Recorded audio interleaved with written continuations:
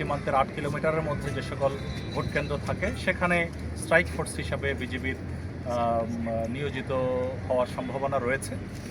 তবে ভবিষ্যতে এটা নির্বাচন কমিশন বা সরকার যেভাবে দায়িত্ব দিবে সেভাবে আমরা দায়িত্ব পালন করব।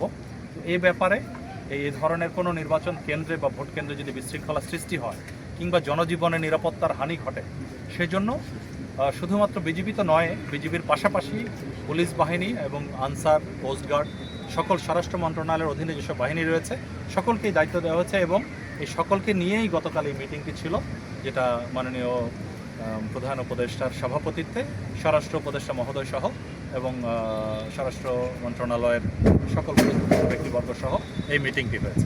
নবীনদের উদ্দেশ্যে তিনি আরও বলেন, শৃঙ্খলা হচ্ছে সৈনিক জীবনের অলংকার। সততা, বুদ্ধিমত্তা, নির্ভরযোগ্যতা, আনুগত্য ও উদ্দীপনার মাধ্যমে দেশের সেবা করতে হবে। তিনি নবীন নারী সৈনিকদেরও বাহিনীতে দৃঢ়